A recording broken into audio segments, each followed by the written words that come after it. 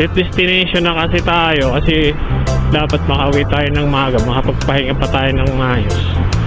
Maaga pa tayo bukas kasi may laban pa, no?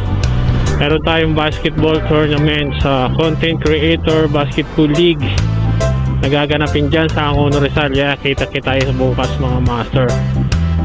Yun, so kailangan natin makauwi ng maaga. Nag-set destination tayo. Layo ng pick up mga master, 2 kilometer. 2 kilometer. Tapos ang drop natin is Paranaque.